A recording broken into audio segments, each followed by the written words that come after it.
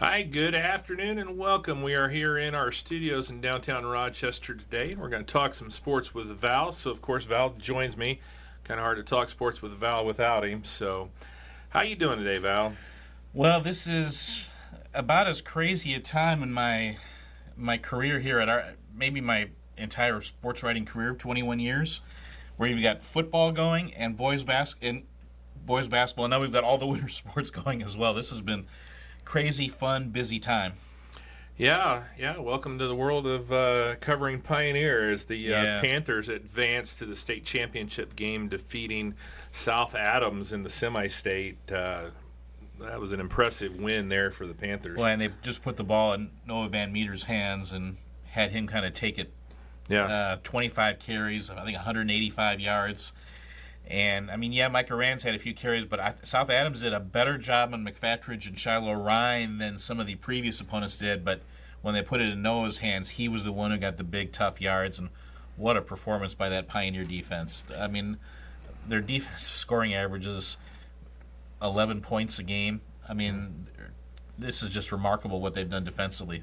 Yeah, and you take out the Knox game, which is their only loss of the year, and the defensive average, I'm sure, is going to be under 10. Yeah, So, I think Coach Barry told you last year that he wanted to get that defensive average down around 10. He did it. yeah. They did it. I mean, I didn't know to believe. Yeah, I mean, I was like, wow, you against your schedule, that's going to take a lot. That was what I was thinking in my head when he said that. Boy, Yeah. he was right, and Tim and of course Matt Bianco, his defensive coordinator, who's been with him that whole time. Yeah. Just the whole coaching staff does a great job there. Yeah. A lot of continuity there, Yeah. obviously, from clear down in the third grade level all the way up, over the years. So, Yeah. some good things to come there. Our Black Friday plans have been set. We'll be down at Lucas Oil Stadium on Friday morning to get you some coverage of the Pioneer Panthers in the state championship game. So, should be a fun one there.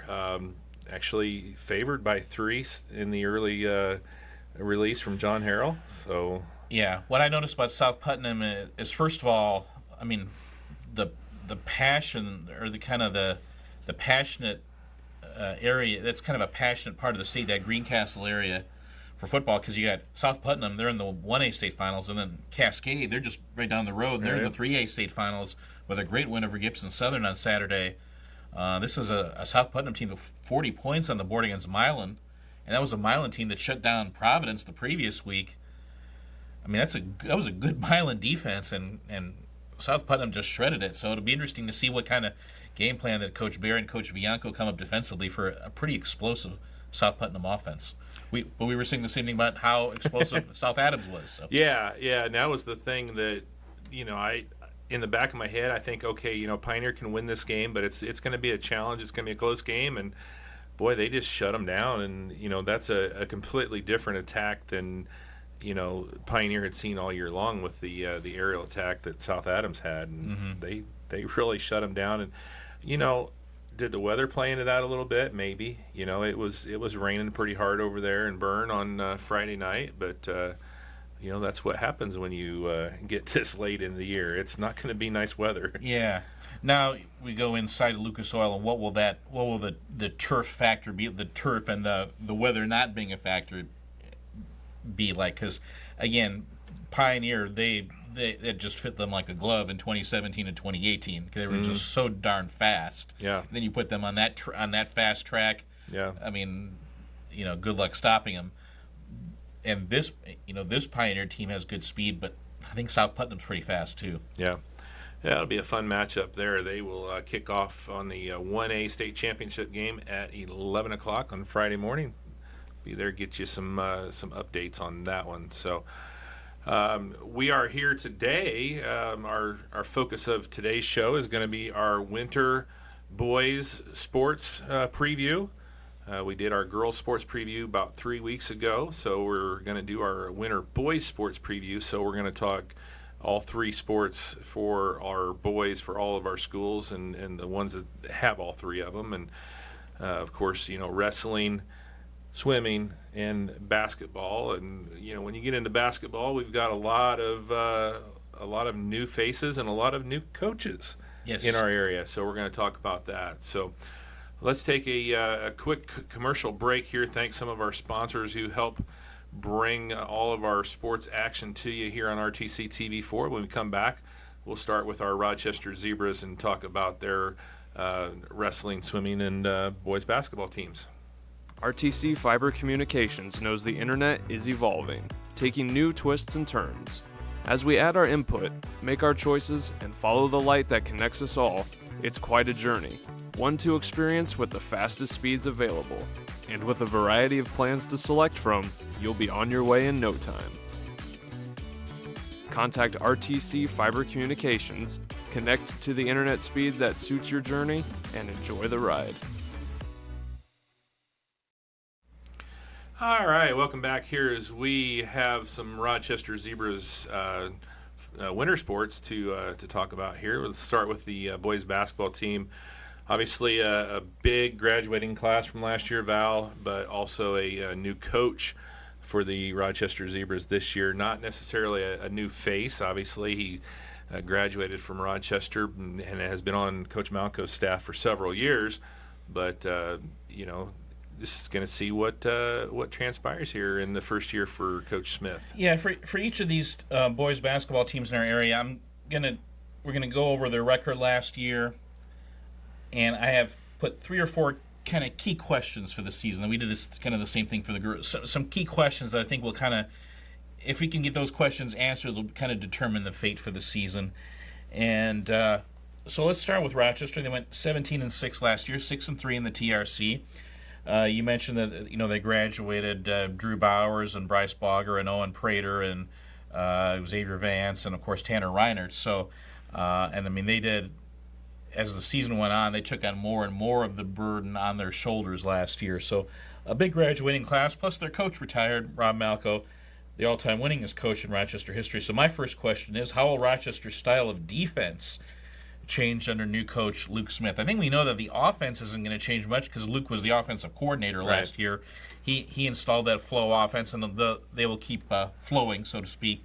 But what will their defense be like? I think it's going to be, talking with Coach Smith in his office last week, he really talked about more of like a switching man, which is really kind of different from Rochester's what they've typically done. But they don't have one big guy. They don't have, so they have a bunch of guys who are all around like between 6 feet and 6'2". Mm-hmm. So I think a switching man could work. Mm-hmm. But the key for a switching man to work is being able to contain the dribble, and also being able to guard in the post. But I think that they've got kids who are football strong. So I think guarding the post part they can handle, but can they guard out on the perimeter? The second question is, who's the point guard? It's going to be, obviously you graduate Drew Bowers, but now you've got 2 totally inexperienced kids, and Alex Chapman and Mitchell Clark. Obviously Mitchell got a little bit of varsity playing time last year. Alex is totally new to this. When I talked with Luke Smith, this was before the Oak Hill scrimmage. He was still kind of trying to figure it out himself. So we'll see how these guys battle, and how much offense will they get from them, or will they be totally into kind of setting up their teammates? And my third question is, when Rochester needs a basket late in close games, who will take the shot? Yeah. Because last year, Drew came up big. I think back with the Lewis Cass game, he had some big baskets late in that game. You think about the Bremen game. I thought in a lot of ways beating Bremen at Bremen last year was one of the best wins of the season, especially because Drew basically didn't play. He had that hand or wrist injury, so Owen Prater had to play point guard in that game, and he took a lot of the big shots. But Bowers and Reiners took a lot of big shots for that team last year. Who will be the go-to guy this year? I know Luke Smith has talked a lot about Carson Pollock's leadership, and Carson has been kind of stepping up, and he can do anything. They asked Grant Clark. I think we're going to see him kind of blossom a little bit. Mm-hmm. Grant can not only he's not only big and strong, but he can shoot too. Mm-hmm. And the other kid, Liam Spence, the transfer from Mishawaka Marion, he is a junior, and he's a guy who's got a nice shot. And again, he's been around winning basketball. And again, Liam is a kid who he grew up in Rochester. He knows these guys. He's back playing with his friends. And I'm really curious to see what kind of contribution he'll make. Yeah, and I'm looking forward to, another intriguing player for me is Jack Reffett. He's always been one of those guys that'll stand outside and shoot the three. But, in talking with Joe McCarter, who is now, helping out on the boys program again, he's said he's willing to get inside and bang around and do some of the dirty work inside. So I'm really interested to see, how his progression is this year as well. And we need to mention Jonas Kaiser as well. Luke Smith kind of challenged him. He said, I really don't like your shot. You need to kind of rework it a little bit. And this was right before moratorium. Yeah. So Luke couldn't see him for 2 weeks. And he comes back and he sees him in 2 weeks. He said he had totally transformed his shot and it looked so much better. The July moratorium? Yeah, the July moratorium. Really? Yeah. Wow. Yeah. That's a challenge, and especially for somebody that's in their senior season to say that and have him respond. That's great. Yeah, so the versatility of these guys is really interesting because Paula can play guard, but he can be physical. And Jonas, he battled Gavin Bedden about as well as anybody last year. But he can also play outside, and he's athletic, and he can play out on the perimeter. And we just mentioned Grant Clark, so. And you mentioned Jag being able to maybe mix it up down low. So again, this team's versatility. Again, the TRC is wide open this year. Yeah. Again, Manchester won state last year. They graduated basically everybody. Mechanical made it to semi-state last year. They graduated literally everybody. Yeah. I mean, Coach Burris was playing 5 guys. Yeah, and that are all seniors. Yeah, and then when they were all seniors. So, there's been. I've heard good things about Peru. I've heard bad things about Peru. Southwood, they've got Wilcox. He might be the best player in the conference, but what do they have surrounding him? So it's going to be a very interesting, wide-open conference year. Again, so many good coaches in this conference, but nobody seems to know what they have, it seems like. Yeah, and that's the thing. You've said that. Just the uncertainty of who has what. Yeah. This year is probably the highest that it's ever been, in the years that we've been doing this, because just of the amount of really, really talented players that have graduated. Yeah, not only from Rochester, but like you said, Manchester, Mechanical, a lot of those schools. Northwestern graduated. The Cook kid who averaged about 17 points a game.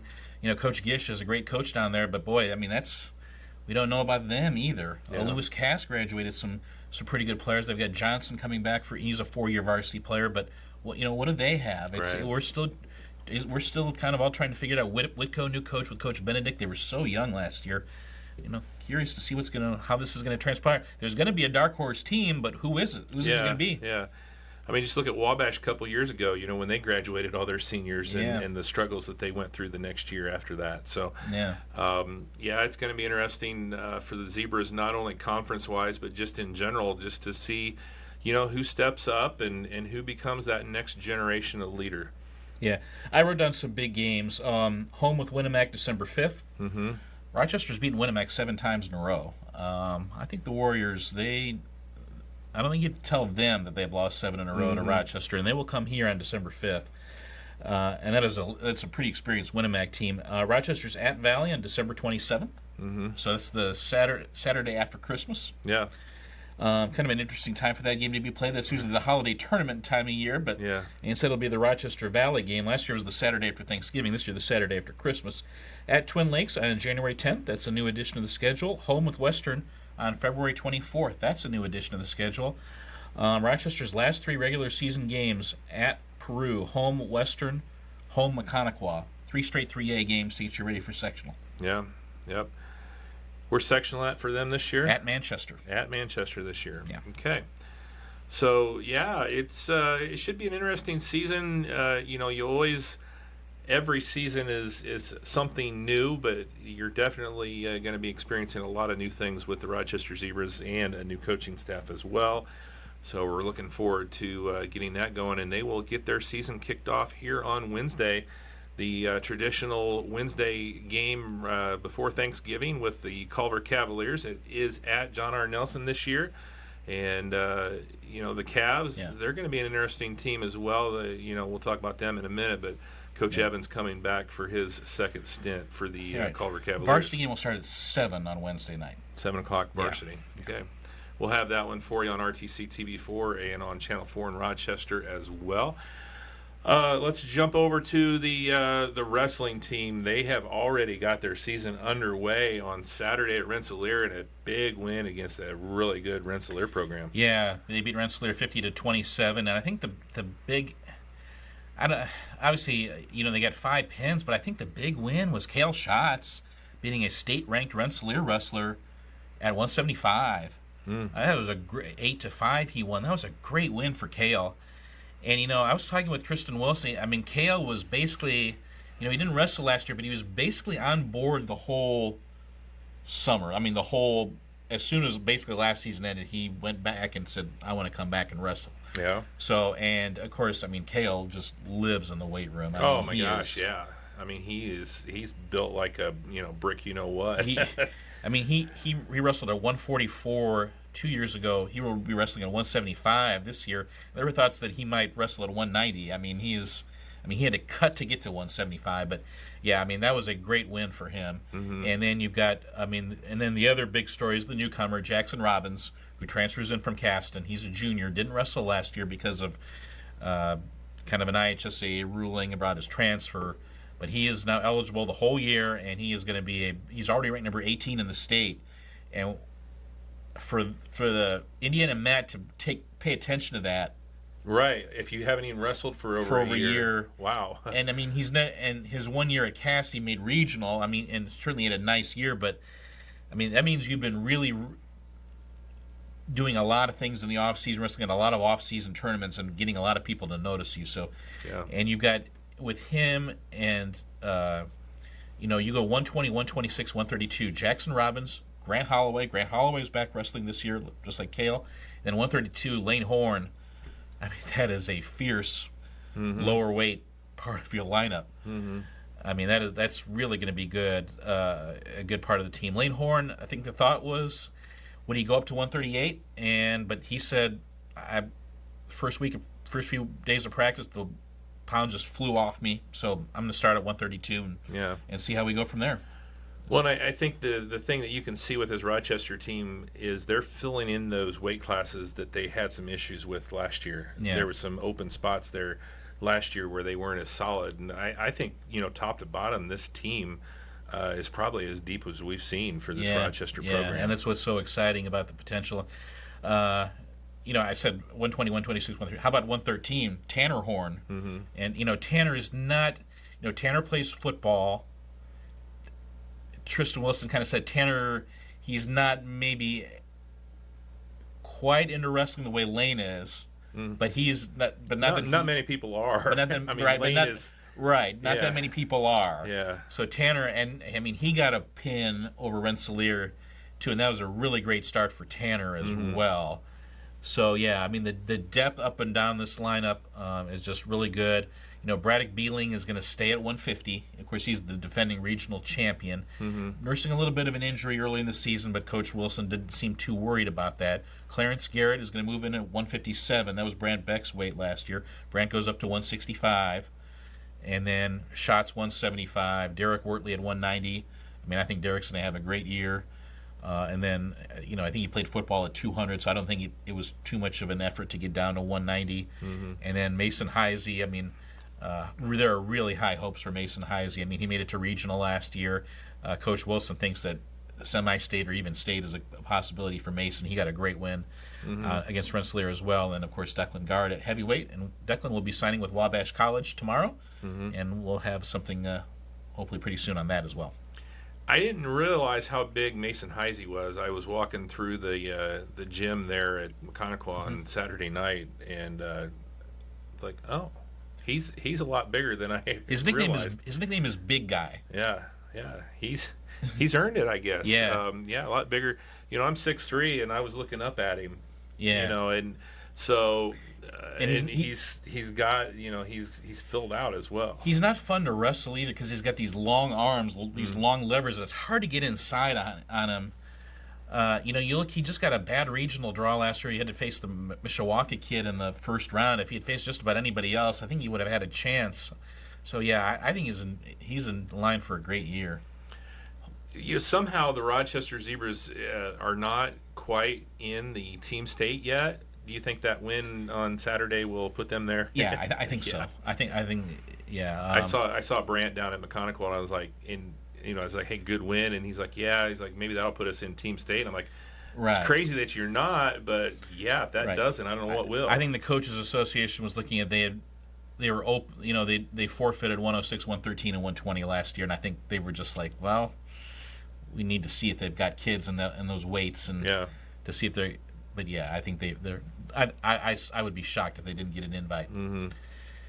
But it would be interesting if they run into North Miami again. They don't have a dual meet with North Miami on their schedule, but they could run into them at Team State. Yeah. Of course, North Miami, the defending state champions. Yeah. Should be interesting. Really looking forward to getting you some coverage of the Rochester Zebras wrestling team on RTC TV4. So we'll keep that on the schedule. I don't have that in front of me as far as when our first meet will be, but they've got a pretty hefty schedule as always for the program. So Yeah. we'll make sure that we get you some coverage of that. How about the swim team? We talked about it on the girls' side. The pool is back and in functional use and looks beautiful. Has that helped out for the boys' side with the numbers? Yeah, I think they're up to about 7 or 8. Mm-hmm. I think last year they were done around 4 or 5. Mm-hmm. So it's helped out a little bit. No seniors on this year's team. Of course, they only had one senior last year with Reese Johnson. No seniors this year. But look for Brevin Nicholson to have a good year. Brevin's a junior, and this is his 3rd year on the varsity. Yeah. So we'll be looking forward to more to come for that. I think we've got a swim meet scheduled for the week after Thanksgiving to get some coverage of that. So. Right, and they start the season tomorrow night with a home meet against Goshen. Oh, good. That's something we haven't seen for a year, right? A home meet? Yeah, a home meet with Yeah. Goshen, and then another home meet with, I believe it's Lewis Cass next Monday, December 1st. Yeah. Well, that's good. We'll keep you up to date on all of that. You can always check on X for Val's updates there. His Twitter X account is Yeah. listed here on the screen. So. Yeah, at Val T Sports, yeah. Yep. All right. Anything else on Rochester here before we move on? I think that's about it. All right. Let's take another break here, and we'll come back and we'll talk some Argus Dragons basketball here in just a moment. Mike's Trash is your local provider for a variety of trash removal and dumpster services to Rochester and the surrounding areas. From residential to commercial, and even for seasonal lake residents, Mike's Trash's reliable staff can help you find the right fit for your trash removal needs. To find a list of our services, visit us online at www.mikestrashllc.com, in store at 824 Main Street, Rochester, or call 574-223-6429. Welcome back here as we talk sports with Val as we're getting ready for our winter sports season for the boys. And let's talk some Argus Dragons. Just one winter sport for Argus on the boys' side, the boys basketball team. And Coach Nick Kindig moving into his 2nd season as the head coach for the Argus Dragons. And a little bit of a speed bump to start the season for Coach Kindig and the Argus Dragons. There's going to be a few less players on the floor to start off. Argus went 4-19 last year. They went 2-6 in the Hoosier North. But there are 3 players suspended to start the season: Joel Trump, Matt Calhoun, and Zane Helms. Joel Trump is suspended for the entire season. With these, so I guess my questions that I have, with these key players suspended at the start of the season, who'll pick up the slack? Yeah. And these are Argus's first 5 games, Steve. At Bremen, home Caston, at West Central, home Laville, home Winnemac. That is tough. That is That's tough to if play you're full strength. Yeah, when you're at full strength, that's tough. And now they will be without 3 guys. Yeah. Next question is, how will this team rebound without Luke Stoltz? Luke was a walking double-double. And now, again, Coach Kindig did say Matt Calhoun worked very hard in this game this summer, and I mean it's going to be on him to get to be that rim protector and that force protecting, on the boards once he gets back. But beyond that, it's who is it? I think we're going to see, is Mackay Austin, Kenyon Belton going to have to stick their nose in there and get some rebounds? Yeah. That's going to be Yeah. one of the issues for this team. And then how will they get stops defensively? Argus allowed 58.8 points per game last year. That was their defensive scoring average. Giving it 58, 59 points a game, it's hard to get wins. Yeah. So they got to get some stops here defensively and maybe find something that works for them defensively. Yeah. Yeah, it was going to be tough for them, obviously with the graduations from last year to begin with, but then you throw on that on top of it, and it might be a rocky start there. When do we expect those two back? After Christmas. After Christmas. So yeah, good almost half of the season there. So yeah, it'll be interesting there what Coach Kindig can do. And Yeah. But again, Helms and Calhoun, they're really good. I mean, they've made some progress. And again, I mean, as players, they're really invested. They made big strides last year. They make, I think, bigger strides this year, but yeah, not at the start. not at the start. All right, so that's it for Argus. No wrestling or swimming up at Argus. So we'll move down State Road 25 to Caston. And let's start off with Coach Carl Davis and his Caston Comets, returning all but I think 2 points a game to a team that was really good last year. And they're still going to be young this year, mainly juniors and sophomores to go along with a couple of seniors. So the expectations for this team going to be pretty high for Coach Davis this year. Right, Caston went 13-11 last year. They were 6-2 in the Hoosier North. I mean, they won more games last year than they did 2 years ago, and 2 years ago they were kind of loaded with seniors. So they went from 11 wins to 13. Here are my questions. Will there be a carryover from the way last season ended? Remember, Caston was 6-10. They only won 7 in a row to get to 13-10 before the season ended with a loss to West Central in the sectional semifinals. But that 7-game winning streak. And remember, we always talk about Caston's February schedule being so difficult, yet they were playing their best basketball of the year, even against that tough schedule last year. So will there be a carryover effect? I saw them play during the summer, and one thing I noticed is that they're playing a lot faster. I mean, they are going to be. I mean, if you blink, you're going to miss them. I mean, and when you got two quick guards like Reed Summers and Drew McGrew, I mean, that's where it starts. But I think they all want to play faster. And again, I mean, I think their scoring average was like 52 last year. I think it's going to go way up this year. Yeah. Wouldn't be surprised to see some 75-point games from them. Now, you mentioned how little scoring they lost to graduation.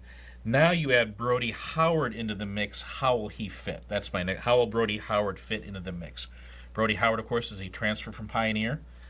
He gives them another really good shooter to go with Logan Mollenkoff, Carson Harness, and even Reed Summers and Drew McGrew can hit the occasional three. So now, and Lane Hook can hit the three. So now you can really spread the floor, and even.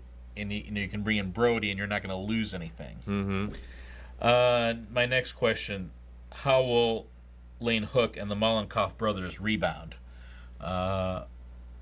Again, because you can't play fast unless you have the ball, and so rebounding is going to be big from that standpoint. And I think, Gavin Mollenkoff, who he signed with Bethel University for baseball last week. He does all the dirty work things, even though he's 6 feet. And I think Logan is a very underrated rebounder as well. To go with Lane, yeah. I mean, this team can be a very good rebounding team. And then my last question is, here are Caston's last 5 games of the month of. Let's talk about their February schedule. Here are Caston's last 5 games of the month of January. Home with West Central, at Rochester, at Winnemac, home with Pioneer, at Tri-County. Those are 5 huge games to set them up for February. West Central was the team that knocked them out of sectional last year. Tri-County is the team that won their sectional. One of their big wins last year was when they won at Pioneer. Now Pioneer comes to their place.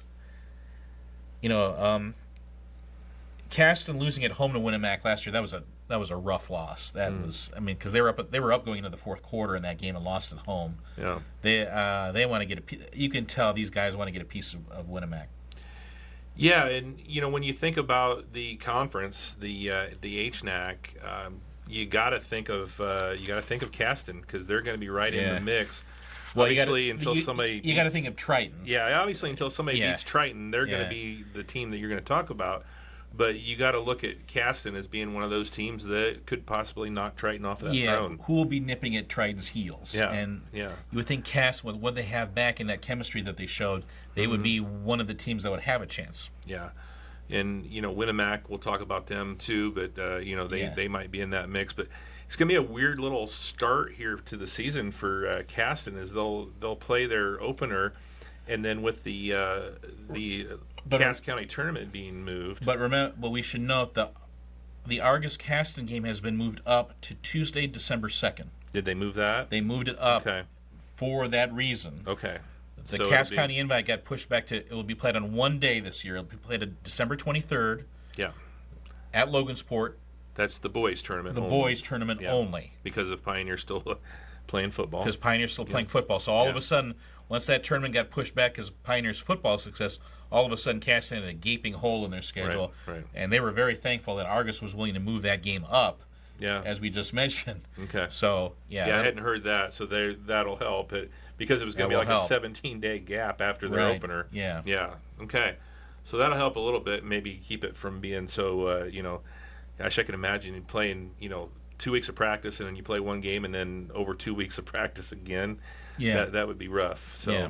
that'll help a little bit there, and that's gonna make things interesting too for the Cass County tournament. To see how that all plays out. Are they going to do it all at the Berry Bowl then? all at the Berry Bowl, yeah. Okay. I think the first game of that day will start at 10 a.m. Yeah. 10 a.m. and noon for the semifinal game, and they'll come back at 6 o'clock for Yeah. the consolation championship games. I don't know if I'll be able to make it there that day, because that's our anniversary. So probably won't be able to spend the day at the Berry Bowl, but that should be interesting. So, so we're looking forward to some big things out of this Caston team this year. Coach Carl Davis in his seventh or eighth year, I think, at the helm. It's 7 or 8. I can't 7 or 8, remember. yeah. But looking to see what they can do, and when you talk about sectional as well, obviously, Frontier, West Central, I don't know if they're still there, but they might be in that mix as well for that sectional too. Right. The sectional is going to be really, really competitive, and Caston is hosting it this year. They're hosting it. But I think Pioneer, West Central, Tri-County, and I even think that DeMott Christian team could be sneaky. Mm-hmm. So that's going to be a very interesting sectional. I mean, Yeah. it was very competitive last year. Tri-County's won it 3 years in a row, though. They've been kind of the king of the mountain of late. Yeah. I know they had quite a few graduate, didn't they, last year? Yeah. Yeah. Yeah. So we'll see where they're at this year. So looking forward to seeing what the boys can do there at Caston. Wrestling-wise, what do we know about the Comets? I know they had a meet last week with Wabash. Ashton Boyer is really a key component of that team. Of course, Ashton had a really good football season this year, so we'll be looking to see what he does. Okay. All right. And no swimmers, right? Nope, they don't have a pool. Yeah. Well, they have had a swimmer, right? Or was I thinking North Miami? I know maybe it was North Miami that had a swimmer that didn't have a pool, that they went and actually swam Yeah. at Rochester or something. But Argus had a swimmer. yeah, I mean, so it's About 10 years ago. Yeah, not having a pool. Culver has a swim team; they don't have a pool, so it's not completely out of the realm of the possibilities, I guess. So, all right, let's take another quick break here, and we'll come back. We'll talk some more sports with Val here in just a moment. Are you in need of branded apparel, promotional products, custom signs, graphic design for your business, church, or organization? The Winning Edge can provide a dedicated service rep to ensure you have custom products when you need them. Need a way to provide custom items to your employees or customers? The Winning Edge can set up a customized Edge store that features branded products tailored to your business, school, church, or charitable cause with no additional charge.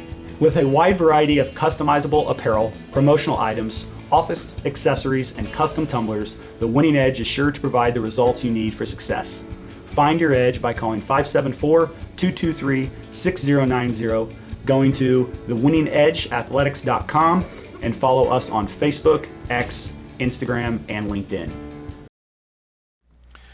Welcome back here, Talking Sports with Val, as we are doing our 2025-2026 Winter Sports Boys Winter Sports Preview Show here. And let's talk a little bit about the Culver Cavaliers. We're going to see them on Wednesday as they open up their season versus Rochester, and a new head coach.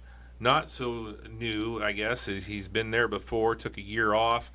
And Kyle Evans is back for the Culver Cavaliers. And what do we expect out of Culver this year? Yeah, Culver went 2-21 last year. They went 0-8 in the Hoosier North, and Kyle Evans replaces Drew Mawson as the new/old coach, as you mentioned. I was talking with him. He goes, because Kyle Evans, as many of you know, was an assistant coach at Marian Ancilla last year, and he really appreciated the experience. But he said, I mean, they'd have games where they'd drive to play a game in Michigan. Yeah. And have like a 4-hour bus ride home, get home at 2 in the morning, and then he'd have to be at school at 7. Yeah.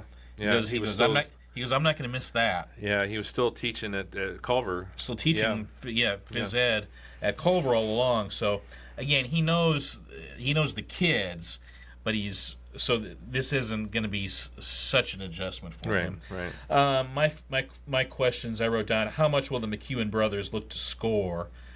Culver averaged 26.9 points per game last year. They just could not put the ball in the basket. Mm-hmm. And it was interesting. Jonas McEwen, I think we've always thought of Jonas McEwen as the point guard, and Caleb, yes, they're twin brothers, but Caleb's like 3 inches taller. That Caleb was kind of the guy who would bang down low. But talking with Coach Evans, he said, and I talked to Coach Evans after their scrimmage against Career Academy, he said Caleb was the one who was kind of looking to initiate the offense, and Caleb was looking for his own shot. Yeah. So I think that's going to be a good sign if they can both score for themselves, because I think there are plenty of Coach Evans will design an offense around you if you can show that you can do that. Yeah. Next question: how will the young players adapt to Kyle Evans' style of defense? Because again, the McEwen brothers, I imagine, won't be too much of an adjustment. Mm-hmm. But for the younger players, because this is going to be kind of a chaotic zone defense that he plays, kind of a zone press to kind of take advantage of their athleticism. How well will they do with that? Mm-hmm. And then last question is, how much will the sophomores, and there are 3 big ones, Braylon Jackson, John Carr, and Colton Howard, how have they improved since last year, and how will they, again, not only play defense but play offense under this new, and how much confidence will they have gained? Because one thing, all 3 of these kids are athletic. Mm-hmm. And they're probably the most experienced sophomore group that you're going to find in the area. Right. And Braylon Jackson's really quick, and his shot improved toward the end of last season. It's still a work in progress, but it's getting better. John Carr is really athletic and can, I think, get to the basket. He's strong. Had a good year in football. Mm-hmm. And Colton Howard's the kid I like a lot. He's just kind of filling out. You can see, but he's 6'1", 6'2", but he's a good athlete. He can lead. I mean, and he's strong, I think. It's just, I think he had like 7 points and 7 rebounds in the scrimmage, if I recall. That's what Coach Evans telling me. So I think he's a very promising player as well. Yeah. Yeah, really looking forward to it, especially seeing how those sophomores progress. And right, because really they only graduated Adam Peterson from last year, and Adam was a great role player, but yeah. And I've heard the numbers are a little better than they were. Yeah. Yeah. So that's good, because I know that was an issue last year, and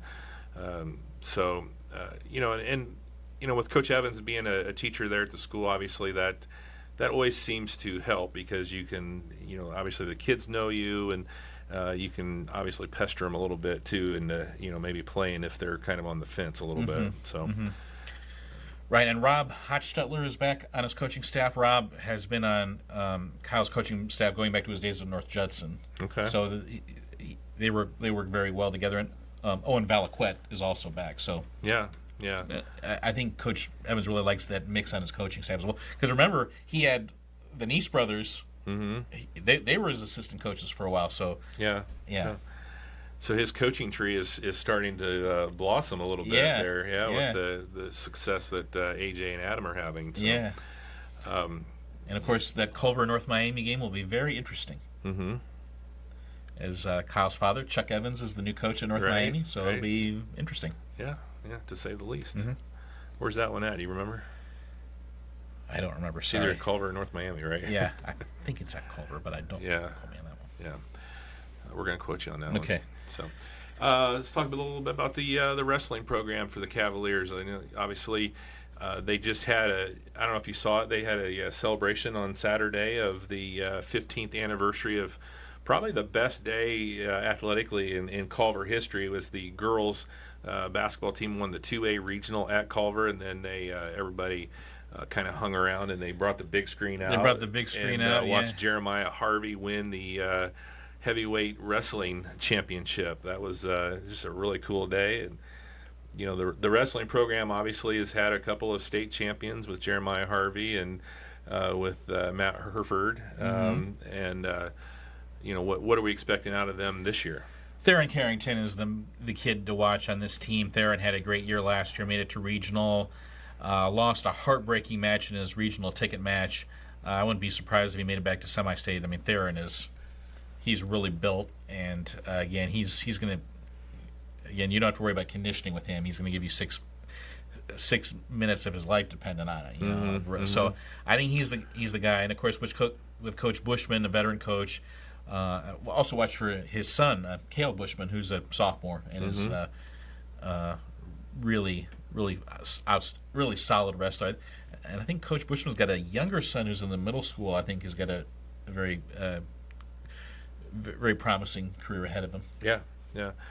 So we'll be keeping an eye on the Culver wrestling program and seeing how that goes. Any boys swimmers? I think there was one or Okay. two. I'm sorry, I didn't write it down. Okay. But yeah, nobody in Hayden Lute's class on the boys' side. Yeah. Right. Yeah, The big time swimmer for the Lady Cavs. yeah. So, all right. But I think they have. In fact, I think they have a co-ed meet tonight against Oregon Davis. Oh Which wow. Is, how many swimmers does Oregon Davis have? Right. And I think Culver's got 3 girls and 2 boys, and Yeah. That might be a quick one, right? yeah, As long as nobody's swimming the 500. yeah. So, all right. Anything else on the Cavs? No, All right. Let's transition over to Pioneer and let's talk a little bit about the Panthers. Of course, a lot of the Panthers basketball players and wrestlers are probably still a little busy this week as they're, as we said earlier, going to be taking the state 1A state championship game on Friday. But what do we know, this anticipation of this boys basketball team? well, I mean, let's not forget Pioneer had a really good season last year. They went 14-11, and they went 5-3 in the Hoosier North. So I mean, a really nice season. And yeah, like you said, how will the transition from football to basketball be for Micah Rance, Shiloh Ryan, Philip McFatridge, and JJ Solano? Mm-hmm. I mean, those are key components. I saw Pioneer in a scrimmage this summer. Micah Rance looked awesome. Mm-hmm. I mean, he looks like he is ready to. He could average 15, 20 a game. Mm-hmm. Even. I mean, I wouldn't put anything past him. He looked great. So, and McFatridge I think, is going to be a bigger factor as well. And Shiloh Ryan led them in scoring. He's kind of 6'1", maybe 6'2", but I think he's more than capable of holding his own on the interior. I wouldn't call him a center, but He's so athletic, though, too. yeah, Yeah, I mean, he's not going to be a feet stuck in the ground kind of player. He's going to be off the ground a lot. yeah, Getting after it. yeah. Next question: How much will this team miss last year's seniors, especially Aiden Quillen, Noah Miller, and Lucas Perry? Mm-hmm. I mean, those guys were. Aiden Quillen just made so many big baskets for them last year. Noah Miller was so reliable as a 3-point shooter, but also was really a factor as a defender and a rebounder. Was underrated. Yeah. And Lucas Perry with his leadership last year. Yeah, Noah Miller was, started off more as just a shooter, but he really expanded his game the last couple of years and was well-rounded last year. Yeah. And also, what will Pioneer's pace of play be like? Their defensive scoring average was 51 2 years ago. Last year was down to 41. I mean, you trimmed 10 points off that. You are playing some really good defense. But I think you could also argue that, you graduate Drew McKeag, and all of a sudden you don't want to play as fast. I think their tempo slowed down. So that explained it, too. Because, they allowed only 41, but they only scored 42 and a half. So what will their pace of play be like? That's kind of what I'm wondering. Yeah. Because, again, with Coach McKeag, it's going to be that zone that they do so well, and they play in such a disciplined manner. But curious to see if they look for if they're more efficient offensively. Yeah. I would imagine probably similar situation with most of the wrestling team being probably football players as well. I mean, Eli Guffey's a terrific wrestler, but obviously he's focusing more on football right now. So, we'll see. Again, a little bit better at the heavier weights than the lighter weights for Pioneer. But, again, a lot of those guys have other things going on right now. Yeah. And what about in the pool for the Panthers? Well, of course, I mean, they graduated Austin Brook, and they graduated, who am I forgetting here? Was Kitchell last year? Kitchell, they graduated Brook and Kitchell. So looking at who's going to be the leader in the pool for Pioneer, again, because those two seniors were outstanding. Austin Brook, the best breaststroker in school history, and Kitchell and Brook were also really good sprinters in the the 50 and 100 free. Yeah. Yeah, it'll be an interesting season for the Panthers. Just it's going to be a little bit later start for them, and I'm sure nobody at the school is going to complain about that. It's weird because we knew basketball season would be delayed. Their first wrestling isn't until December 12th also, so it's just everything's just pushed back. Right. All right, we'll take another quick break here, and we'll be back. We'll talk some more sports with Val here in just a moment.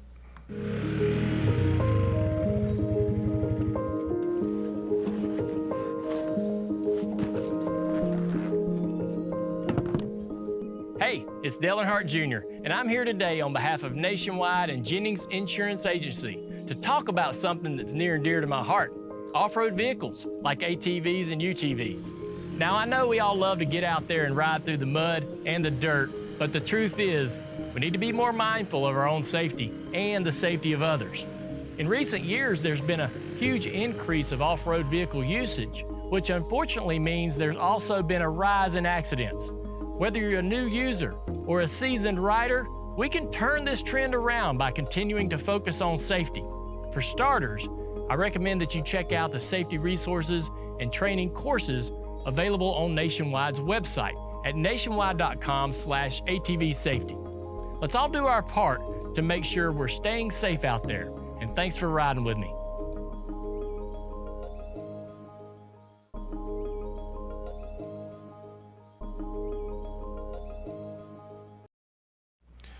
Welcome back here, Talking Sports with Val, as we do our 25-26 boys winter sports previews here. We're down to our final two schools, and let's talk a little bit about the Tippecanoe Valley Vikings, another one of the schools with a new head coach, but he is far from inexperienced as he is coming off of a state championship run last year with the Manchester Squires. A good get for the Tippecanoe Valley Vikings, getting Eli Henson to be their head coach. 193 career wins, so he should get to 200 this year, one would hope. Yeah.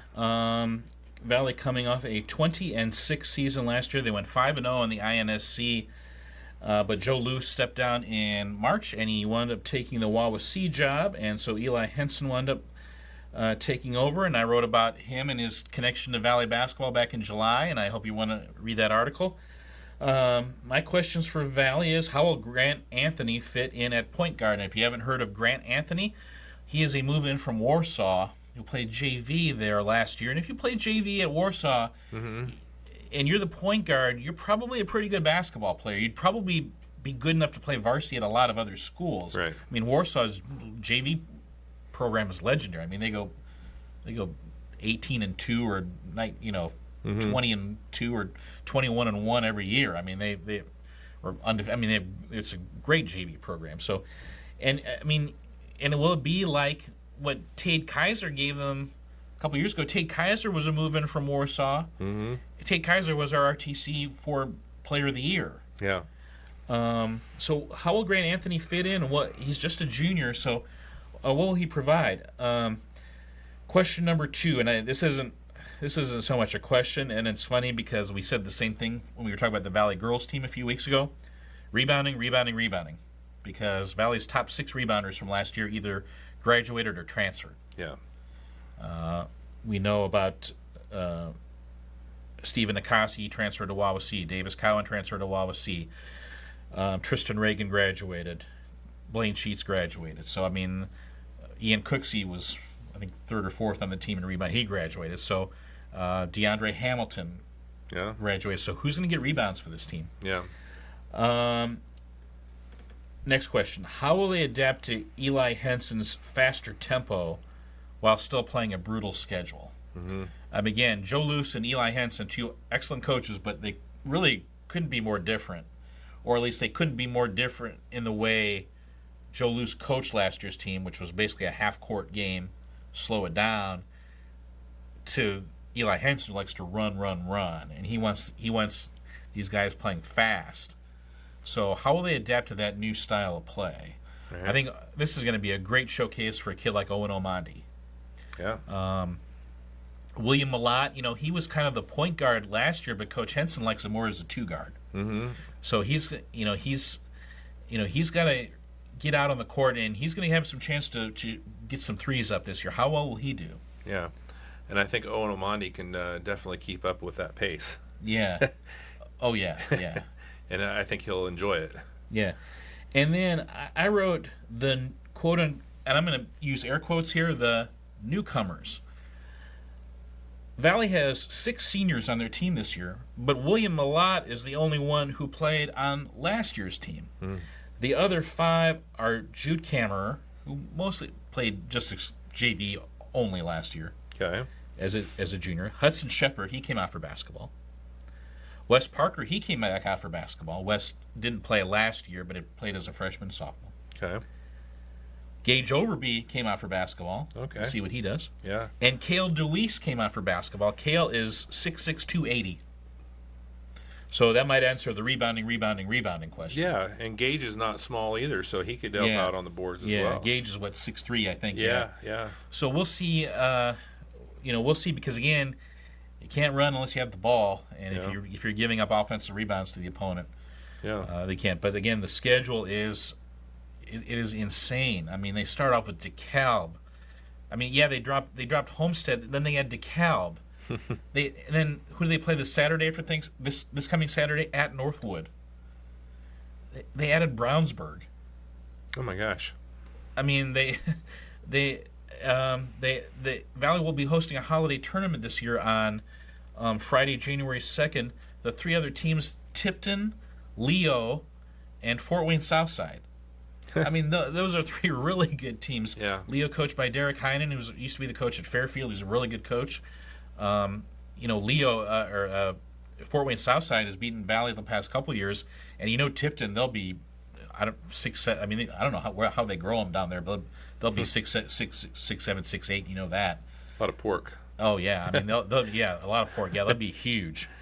And what's interesting is, and one thing that Coach Henson mentioned, by the way, is yes, it's true they do not play Whitco or Triton, but they're working on it. Mm-hmm. And he does not want that to happen too much longer. But again, a lot with such only 5 teams in your conference, there's a lot of flexibility schedule-wise. But this is a really tough schedule. Yeah. Maybe not as much flexibility from the other teams, though. That's where they got to try and fit you in a little bit more. Yeah. But, it should be interesting. Obviously, a lot of new faces and some older faces that we haven't seen on the varsity level, like you said, as much.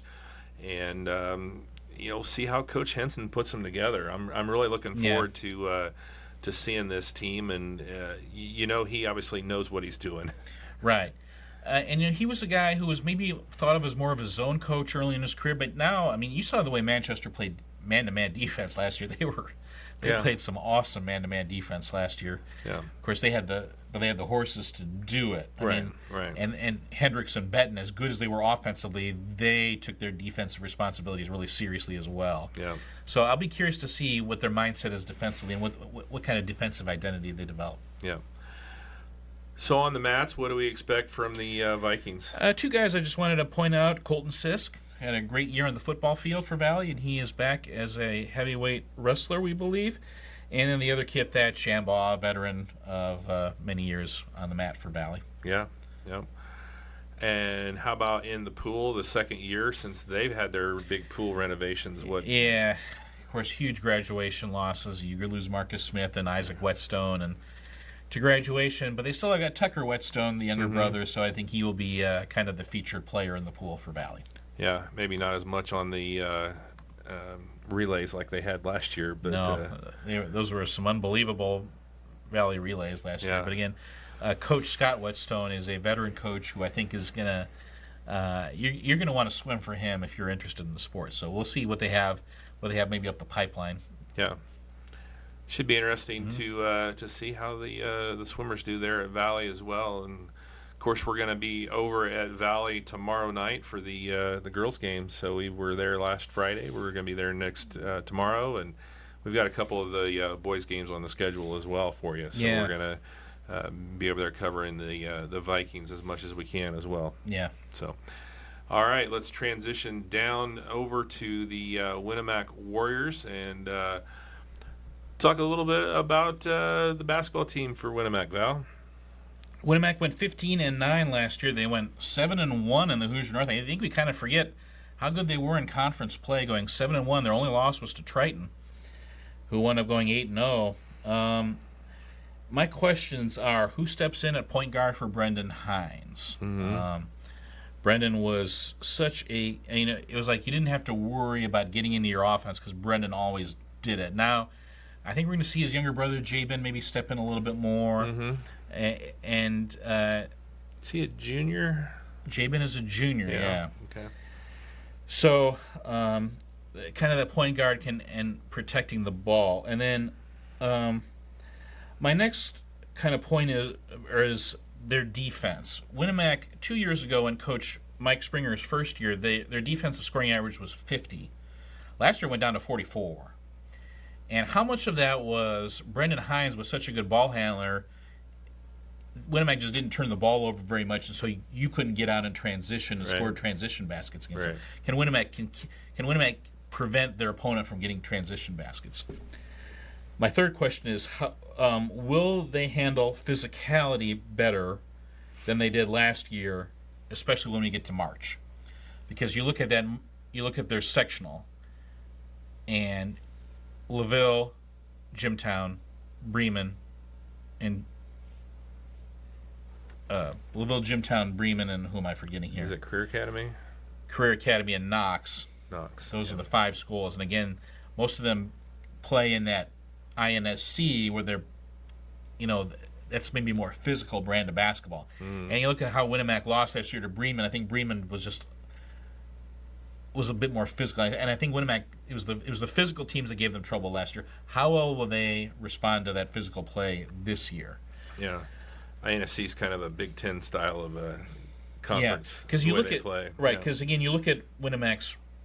Again, 2 years ago in Coach Springer's first year, they won 12 games. Last year, went up to 15. But then you look at those 15 wins a little bit more closely. 11 of the 15 were against Class 1A teams. Which, how does that help you when you get ready for March in Class 2A? Remember, Winamac's the biggest school in the Hoosier North. Sometimes we forget about that. Most all their competition. Is 1A. And then look at their 4 non-1A wins. Well, they beat Knox, but Knox was in a complete rebuilding mode. Right. Career Academy, who they beat in the sectional. I mean, they really struggled last year. Yeah. Rensselaer, they struggled last year. So, I mean, where's the signature win? Right, where's the signature win? When they play a big physical team, how will they respond? Because that's why I wrote down that Rochester game on December 5th. Yeah. I mean, they go Twin Lakes, North Newton, Rochester. Off the bat, I mean, obviously they would expect to beat North Newton, but those Twin Lakes and then Rochester. Yeah. They lost by 15 to Twin Lakes last year. Played well for 3 quarters against Rochester, but lost by double digits. So I think we'll get an early read on this team. Right. But Will Malco, Justin Potoff. I mean, these kids have been through the wars. So. Yeah. And then watch out for Sean Stark had a great year on the soccer field. was second in the state in goals, or second or third in the state. Yeah. And we're going to see him on the basketball court this year. I mean, he's a real good athlete. Yeah. This is a pretty athletic team. Yeah. I think the biggest thing is to find the consistency for scoring for them. I know there was some points and times where it just was hard to get the buckets. Yeah. So. And Jonathan Kletz, he's a little raw, but he's 6'7", and he's going to give him some size. So. And the last thing I wrote about, free throw shooting. That was a concern, I think, a lot of times last year for Winamac. I can't explain why they struggled at times from the line, but they did. Yeah. Yep. So who do they start off with? Twin Lakes. Twin Lakes is their first game. Yeah, Twin Lakes and North Newton this week. Okay. That's a Saturday afternoon game. Okay. Saturday afternoon home game against North Newton. Oh, wow. Obviously, the girls will be traveling to Rochester Saturday night. Right. All right. What about the wrestling team for the Warriors? Again, with North Miami moving into the conference, well, the Warriors won the conference again, but it wasn't the Winamac Warriors, unfortunately. North Miami, just a dominant program. But again, with Winamac, Tierson Wolford is the kid to watch. I mean, Tierson had a great year at 190. He's a semi-state type of kid, and so I had a very good year in the football field. So he's kind of the one to watch. But obviously, they're going to miss Talon Garner tremendously. I mean, Talon made state last year and was the first Winamac kid in 6 or 7 years. But the coaching staff there does a great job, and they're just so enthusiastic. You want to wrestle them. But interesting, Matt, how they do against Rochester in a dual meet coming up tomorrow night when they travel to Rochester. Yeah. We'll keep your eyes on that and see how that goes. And again, you can always check out at Valtee Sports on X, and does a nice job of updating even those events that you can't be at everything, right? So you're most of them. So again, we'll be giving you coverage of lots of different things over the year, and we'll update you from time to time on what our schedule is going to be like, and we're going to be starting off in this week's schedule. Tomorrow night we'll be over at Tippecanoe Valley as the Rochester Lady Zebras head over there. The Lady Vikings, we saw them on Friday. They've after losing that first one in Norwell, they've rattled off 5 in a row and some pretty good wins in that. So pretty good program. Yeah, I mean, this team they've taken a step forward from where they were last year under Rebecca Parker. And yeah, a big game with Rochester, and then a very interesting tournament coming up on Saturday. They travel to Alexandria for a 4-team tournament, 2 games in one day. That'll be good. I think they play the host Alexandria Lady Tigers the first game. Alexandria did they make it to semi-state last year? Yeah, it seems like they did. Yeah. Coach Hosier does a great job down there. Yeah. So that'll be a very good tournament. And then we'll be up at Culver on Wednesday as the Culver boys and the Rochester boys both open their 25-26 seasons, and looking forward to a couple of new faces taking the reins. A brand new face for Rochester, not brand new, but as far as the head coach goes, and then a resurgent face for the Culver Cavaliers, and Kyle Evans retaking the helm there for the Cavaliers. And then Thanksgiving on Thursday, so we'll take a little break, and then Friday we'll be down at Lucas Oil, and Saturday we'll be back at Rochester for Lady Zebras against the Lady Warriors. That'll be an interesting one too. Yeah. Really looking forward to seeing that one. So. Yeah. Again, Winamac, I mean, they had an interesting week last week. Suffered a tough loss at home to Culver, but then came back and beat North White 30-20 in a real defensive struggle on Thursday night. It wasn't pretty, but Winamac played very, very good defense in that game, and should be interesting to see. Winamac has a big game tonight, actually, at Hebron. Yeah. Before they prepare for the Lady Z's. Yeah. Well, if you know North White, anytime you can get a win there, it's it's never going to be pretty. But if you get a win there, it's a big thing. Coach Heimlich, I give him a lot of credit. They played man-to-man defense, which is not like them, but they played a very, very good man-to-man defense. They were very well prepared for that game. Did a really good job on Candace Croft. Held her to 10 points. Yeah. And she came in averaging 22 or something like that. Yeah, well over 20. Yeah. So. All right. Well, that'll do it here for our Winter Boys Sports Preview show, and we'll be back probably after Thanksgiving. We'll get together again and do our fall sports all RTC teams. Yeah. There's a reason why I wait until after We've got to wait till Thanksgiving our fall to do that. sports are done. Yeah, fall sports. Yeah. We're not done with fall sports yet. Yeah. So we will be back. And We'll have get some that. tough picks for football. Oh boy, can you imagine that? We might have to have a 1 and a 1A team. Yeah. So Yeah. that'll be interesting. So glad you're doing that, not me. Okay. All right, thanks for tuning in, everybody, and have a good holiday week as Thanksgiving here on Thursday.